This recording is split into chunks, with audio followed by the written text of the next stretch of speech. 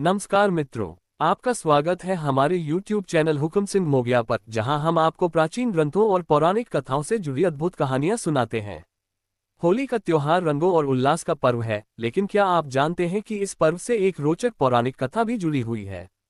आज हम आपको सुनाने जा रहे हैं राक्षसी ढूंढी की कथा, जो ये बताती है कि क्यों होली के दिन बच्चे शोर मचाते हैं और हुड़दंग करते हैं।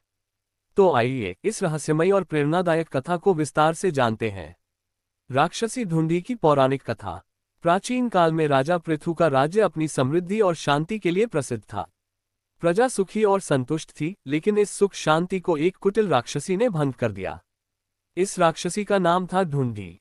ढूंढी अत्यंत शक्तिशाली और चालाक थी। उसने कठोर तपस्या कर अनेक देवताओं को प्रसन्न किया और उनसे वरदान प्राप्त किए। इन वरदानों के कारण उसे कोई भी देवता, मानव, अस्त्र या शस्त्र नहीं मार सकता था।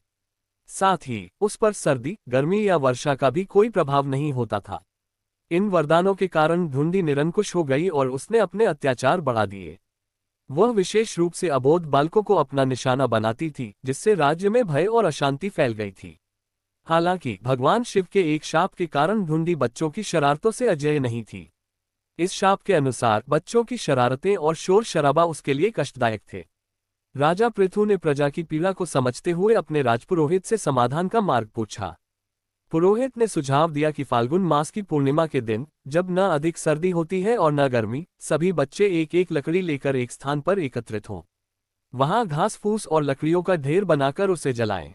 ऊंचे स्वर में तालियां बजाते हुए मंत्रोच्चारण करें, हंसें, गाएं, चिल्लाएं और शोर मचाएं। राजा ने इस सुझाव का पालन किया। फाल्गुन पूर्णिमा के दिन बच्चों ने एकत्रित होकर आग जलाई, शोर मचाया और ढूंढी को घेर लिया।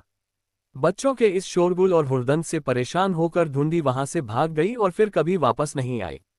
इस प्रकार राज्य को उसके आतंक से मुक्ति मिली। समापन। इस कथा से हमें ये सीख मिलती है कि एकजुटता और साहस से बड़ी विपत्ति का सामना किया जा सकता है।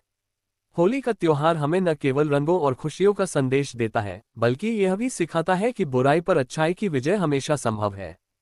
बच्चों द्वारा होली पर शोर मचाने और हुड़दंग करने की परंपरा इसी कथा से प्रेरित है, जो हमें ढूंढी राक्षसी के आतंक से मुक्ति की याद दिलाती है। आशा करते हैं कि आपको ये कथा पसंद आई होगी।